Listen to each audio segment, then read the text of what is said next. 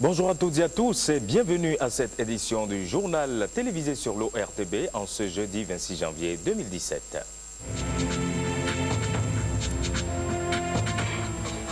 Première session du Conseil départemental de concertation et de coordination de la Liborie, l'une des décisions importantes, élaborer au plus vite les plans de développement communaux troisième génération.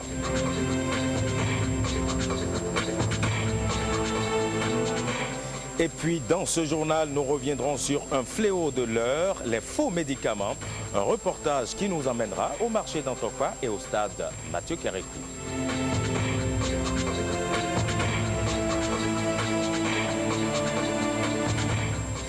Toujours dans ce journal, retour sur le spectacle inédit que la troupe Gansu de Chine a offert aux populations de Tori. C'est le nouvel an chinois qui se célèbre ainsi au Bénin. Bienvenue à tous.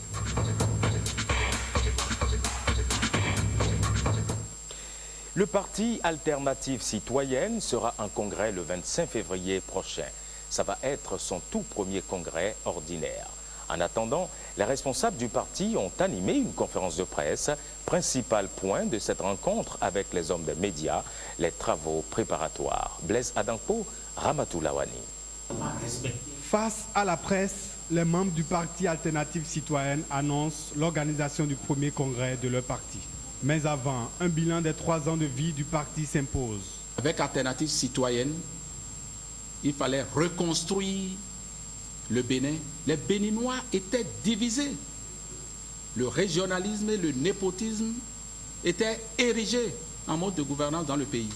C'est contre tout cela que Alternative Citoyenne a lutté. Avec une contribution majeure de notre parti, nous sommes parvenus à regrouper les forces démocratiques au cœur d'une coalition. Nous avons eu des contributions sur l'aménagement du territoire et le régionalisme au Bénin. C'est des contributions majeures. Le congrès démarre le 25 février prochain. Le thème choisi est « Transformer le modèle politique du Bénin pour un développement intégral ». Le développement intégral suppose aussi que nous allons entamer des transformations structurelles de notre économie, tel que l'a annoncé le gouvernement. Donc nous appuyons donc cette vision-là et au Congrès, nous réfléchirons entre autres sur les meilleurs mécanismes pour le parti d'accompagner cette vision, ce programme d'action et la mise en œuvre donc de ce budget qui vient d'être voté. Les conférenciers ont émis le souhait de voir en ce premier congrès le regroupement des partis politiques au Bénin. 230, c'est le chiffre au compteur des partis politiques au Bénin. Sont-ils des clubs électoraux ou des groupes de marchandage? La question reste posée plus de 25 ans après la conférence des forces vives de la nation. Le système partisan béninois a actuellement du plomb dans l'aile. La question préoccupe les acteurs politiques. Suivez à ce propos le reportage de Jérôme Rongbo et de Mylène Fanon. Nous devons revoir les choses de telle sorte que nous ayons au Bénin un nombre de partis réduit. Le Parti du Renouveau démocratique, PRD, jette ainsi les bases de son ouverture à d'autres formations politiques. Au lendemain de la conférence nationale, beaucoup d'associations de développement se sont muées en partis politiques. La somme des expériences n'est pas reluisante. Nous avons fait 2 expériences. Une démocratie libérale, qu'on le veuille ou non, au début des années 60, et puis après le monopartisme. Nous avons fait ces 2 expériences et c'est au regard des errements de ces 2 périodes que nous avons fait le choix en 90 de rentrer dans le multipartisme intégral. Nous sommes aujourd'hui à plus de 200 partis. Personne ne peut en être fier. À la 7e soirée sur les réformes politiques au Bénin en 2015, les politologues ont reconnu la nécessité de clarifier le paysage politique en allant vers des regroupements fondés sur des idéologies et non des individus. Un système à formater entièrement. Remettre tout à plat et repartir presque de zéro. Reprendre la charte des partis, le statut de l'opposition et voir ce qui ne va pas. Mais c'est tout l'État qu'il faut réformer. Aucun président jusqu'à maintenant n'est sorti du système partisan, n'a émergé du système partisan. Ils ont tout le temps été en cours. Si on était dans le domaine du cinéma, on appellerait ça de la figuration. Je rêve de ce que le Ghana est devenu en termes de système partisan. Formidable d'avoir deux camps, comme au Nigeria. Le système partisan devrait être le fondement de notre démocratie. Et c'est ce système partisan aujourd'hui qui a extrêmement de problèmes. Mais pour d'autres, la réforme du système partisan béninois doit être abordée avec circonspection. Pour réduire le nombre de partis, il y a pas mal de choses sur lesquelles on peut jouer. Vous pouvez jouer sur le mode de calcul qui permet de répartir, d'affecter un nombre de députés par circonscription. Si vous utilisez ça dans un certain sens, vous allez avoir seulement rien que les grands partis qui vont pouvoir avoir des gens. Mais si vous l'utilisez dans un autre sens, vous ouvrez complètement. Donc il faut vraiment savoir qu'est-ce qu'on veut. Et ce qu'on veut, les conséquences que ça a, comment on les gère. Essayer de mettre un peu en réserve ce qu'on voudrait, ce qui est peut-être notre idéal politique ou politicien, pour dire qu'est-ce qui est le plus réaliste, qu'est-ce qui tient le plus compte. La nécessité des réformes politiques a été au centre de la communication du président Patrice Talon pendant la campagne électorale et contextualisée dans son programme d'action du gouvernement. Il s'agira de définir les conditions du choix des candidats pour chaque niveau d'élection, du cadre de la socialisation politique et des règles de l'animation de la vie politique. Les ministres de l'Environnement du Bénin, du Niger et du Burkina Faso sont parvenus à un accord commun sur la sécurisation et la gestion des parcs du W, Arli et Pendiari. C'est à l'issue de la réunion de haut niveau qui les a réunis à Cotonou. Compte rendu, Blaise Adangpo. La rencontre des ministres de l'Environnement du Bénin, du Niger et du Burkina Faso a pris fin par la signature d'un accord commun sur la gestion des ressources du complexe transfrontalier Douvé, Arli, Pendiari. Cette réunion a permis de donner des orientations pour une nouvelle harmonisation des approches en matière de protection, de sécurisation et de valorisation de la biodiversité des trois parcs. À l'issue des assises, plusieurs recommandations ont été formulées à l'endroit des trois chefs d'État, dont l'organisation d'une visite conjointe sur le complexe WAP, Douvé, Arli, Pendiari. Le département de la Liborie ne doit plus être à la traîne en matière d'élaboration des plans de développement communaux troisième génération. Le sujet était au cœur de la toute première session du Conseil départemental de concertation et de coordination de la Liborie qui s'est tenue à Kandi sous l'autorité du préfet Moussa Mouhamadou. Firmin Bassao, Olviga Vincent. Pour la première fois après son installation, le préfet Moussa Mouhamadou échange avec les 6 maires sous sa tutelle. En toile de fond, l'élaboration des plans de développement communaux troisième génération.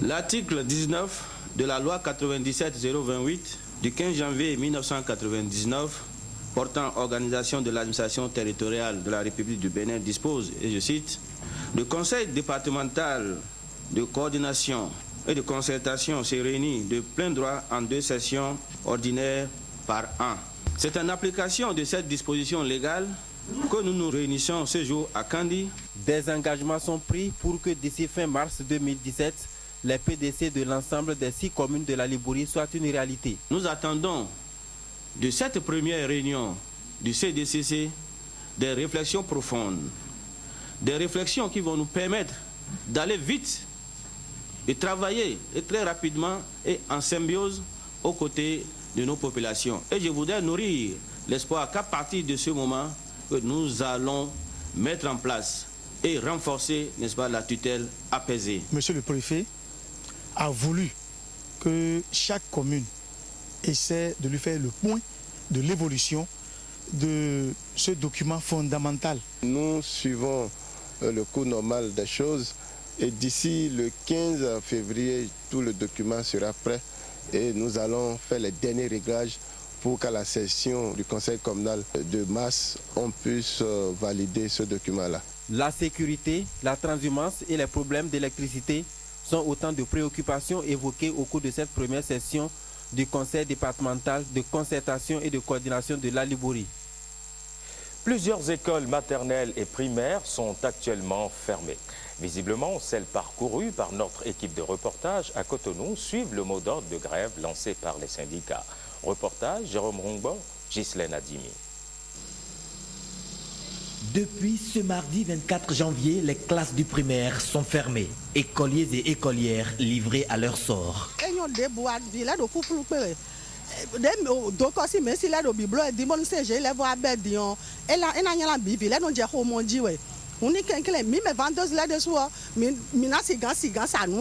Pas d'enseignants permanents dans les classes, sauf les communautaires, comme ici à l'école primaire publique Bégamin 1B à Cotonou. C'est les parents qui paient les maîtres qui sont là. Et par rapport à ça, je ne peux pas laisser les enfants errer dans les vents.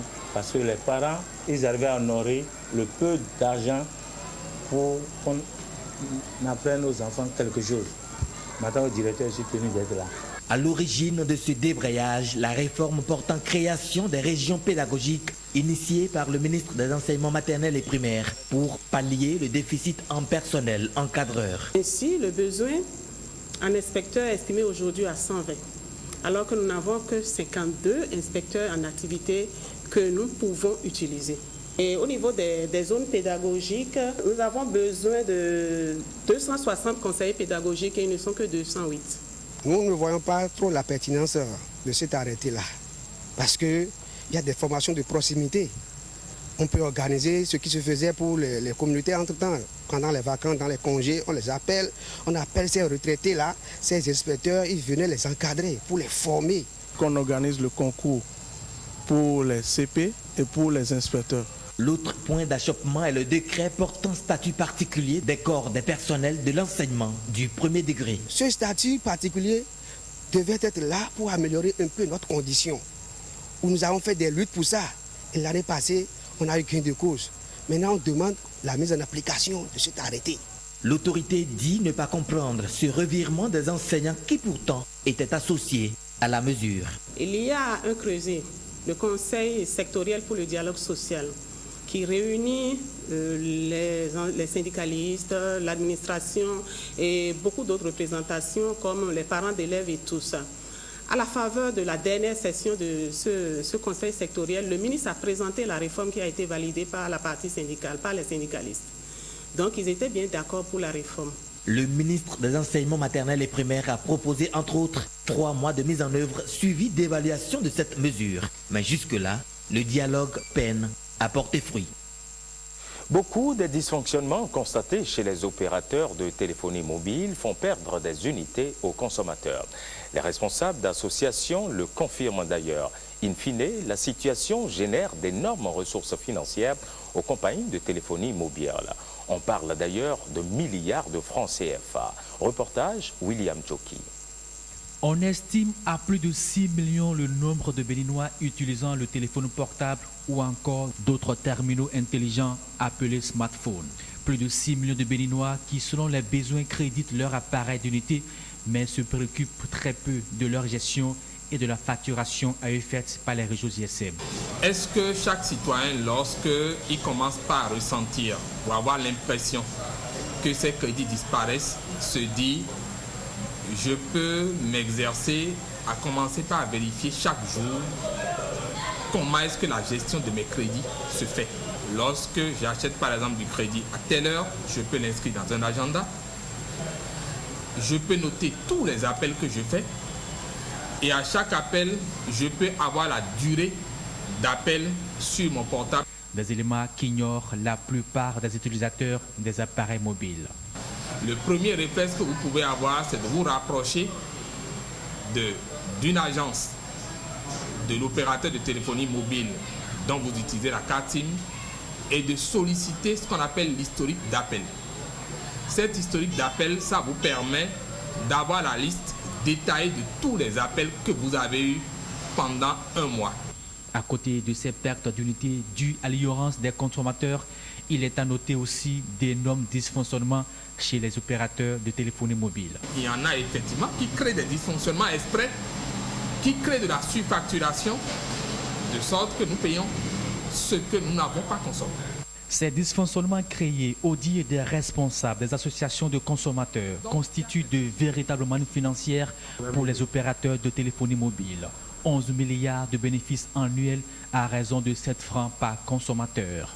7 francs CFA pour les 9 millions de consommateurs que nous sommes par rapport aux opérateurs de téléphonie mobile, ça fait près de 11 milliards de francs par an. Ça veut dire que le Béninois doit cesser de ne voir que lui seul. C'est-à-dire moi, même si je perds 100 francs ou 1000 francs par jour, je suis indifférent. Les réseaux GSM se doivent d'accompagner l'éducation du consommateur dans l'utilisation de leur équipement, à l'État de renforcer les structures de régulation pour que justice soit faite aux consommateurs. Il est demandé un minimum de vigilance pour réduire les pertes. Et le phénomène, il ne date pas d'aujourd'hui, il perdure d'ailleurs dans le temps. Il s'agit de ces dysfonctionnements constatés dans l'utilisation des téléphones portables, avec pour conséquence la perte d'unité. Mais qu'en pensent les consommateurs? Quelques-uns partagent ici leurs amertumes. Ils sont au micro de William Chouki. C'est un phénomène qui nous arrive tous les jours. Je vais vous donner un exemple terre à terre. Vous achetez des unités, vous voyez, dès que vous finissez un appel, il vous arrive parfois où il est normalement dit que le réseau vous envoie un message pour que vous ayez une idée sur votre consommation. Mais il arrive des fois où carrément vous n'avez pas la consommation. Donc pendant un temps, et vous constatez que bon, tout votre crédit est parti. Bon, au-delà de ça, il y a d'autres aspects. Parfois même, vous demandez à contrôler votre solde et le réseau ne vous donne pas la main. Pendant un long moment, ça peut être toute une journée. Et vous constatez malheureusement à la fin que bon, tout votre crédit est parti. Je prends par exemple le forfait Internet. On vous dit le forfait c'est une semaine. Et vous faites un forfait, 3 jours, ça finit. On ne comprend pas comment ça finit, mais vous faites le forfait, on vous a dit 3 semaines ou bien une semaine, mais vous faites en 3 jours, ça finit, on ne comprend pas. Normalement, on doit nous dire si c'est forfait de 3 jours, si je fais 3 jours, ça doit faire les 3 jours. Voilà. Tous les jours, on fait le constat, mais je pense que c'est les autorités qui ne prennent pas leurs responsabilités, sinon cela aurait déjà cessé. C'est dommage, c'est dommage. C'est récurrent au niveau des pays africains. Ce qui se passe, je suis certain, ça ne peut pas se passer en Occident. C'est des procès qui vont suivre, mais en Afrique, on est là, on consomme tout, on prend tout. C'est comme ça, c'est comme ça, on n'y peut rien. Parlons à présent santé. Ce ne sont pas des produits comme les autres. Les statistiques révèlent plus de 800 000 morts par an. Il s'agit des faux médicaments, un véritable fléau qui traverse les frontières et qui traverse les âges. Malgré l'appel de Cotonou, la vente des faux médicaments continue. Reportage à Cotonou de Huguette Rondello. Une date, 12 octobre 2009. Un événement en Afrique de l'Ouest, l'appel de Cotonou contre les faux médicaments. Un engagement solennel de plusieurs chefs d'État et de gouvernement.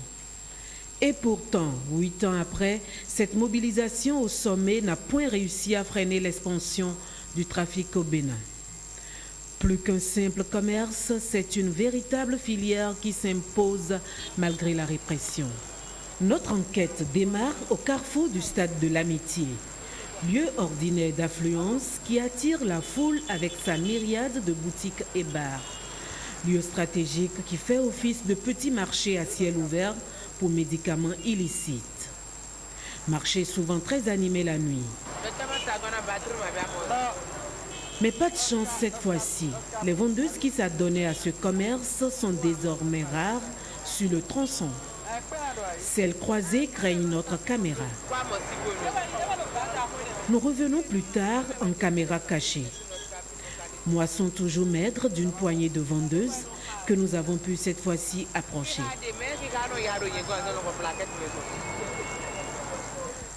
Nous décidons d'aller à Adjegunle à Dantokwa. Le marché d'Adjegunle est réputé place forte du trafic de faux médicaments au Bénin. Ici, toutes sortes de produits pharmaceutiques s'exposent et s'achètent sans complexe.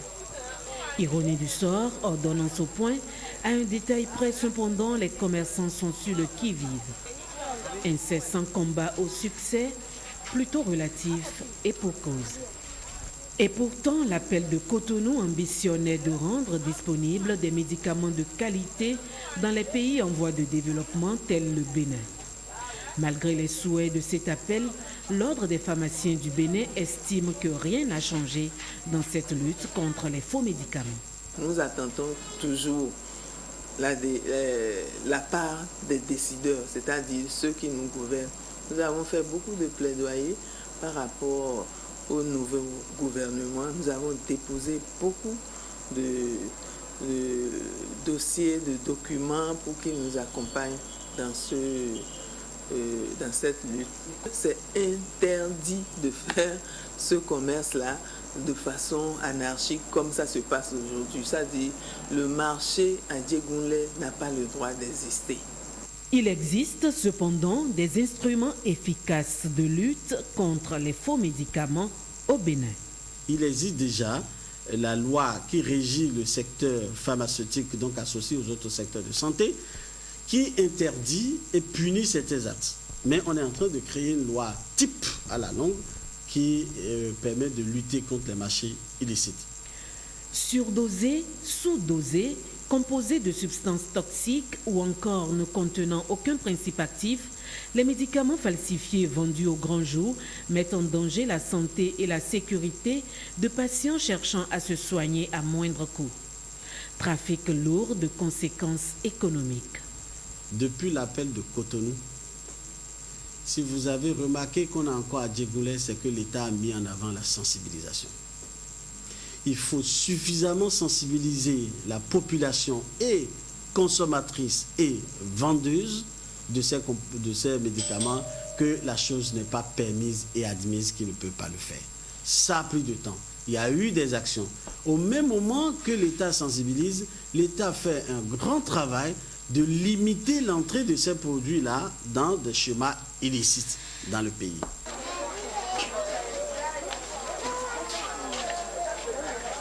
Selon l'Organisation mondiale de la santé, 200 000 décès pourraient être évités à travers le monde si les faux médicaments n'étaient pas frauduleusement mis sur le marché pharmaceutique.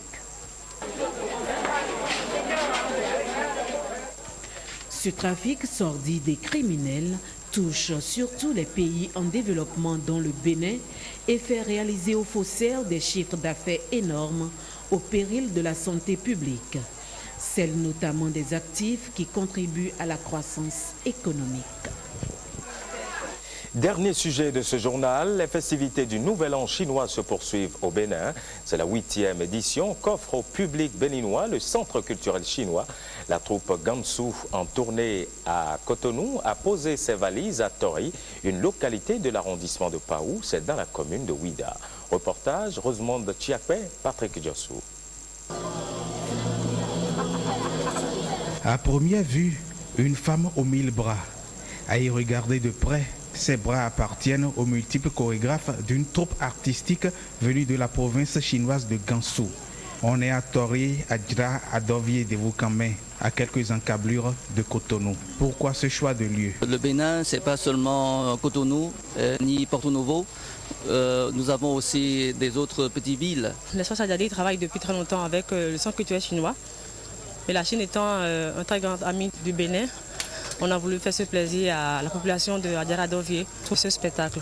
Fantastique osmose que cet opéra de Chine que le public apprécie bien. Moi, je suis émerveillé ce soir et j'aimerais demander au comité d'organisation s'il peut chaque fois faire ça, ça nous fera beaucoup de plaisir.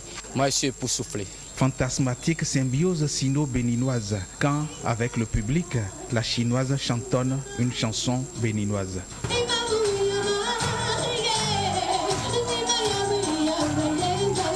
Fantasmagorique apothéose que l'ondulation corporelle qui annonce l'année du coq, un nouvel an laborieux. C'est laborieux parce que c'est le coq qui se lève le plus tôt le matin, qui réveille les gens pour aller travailler. On attend donc ce nouvel an chinois le 28 janvier 2017. Et voilà qui referme cette édition. Merci à toutes et à tous de l'avoir suivi. Bonsoir chez vous.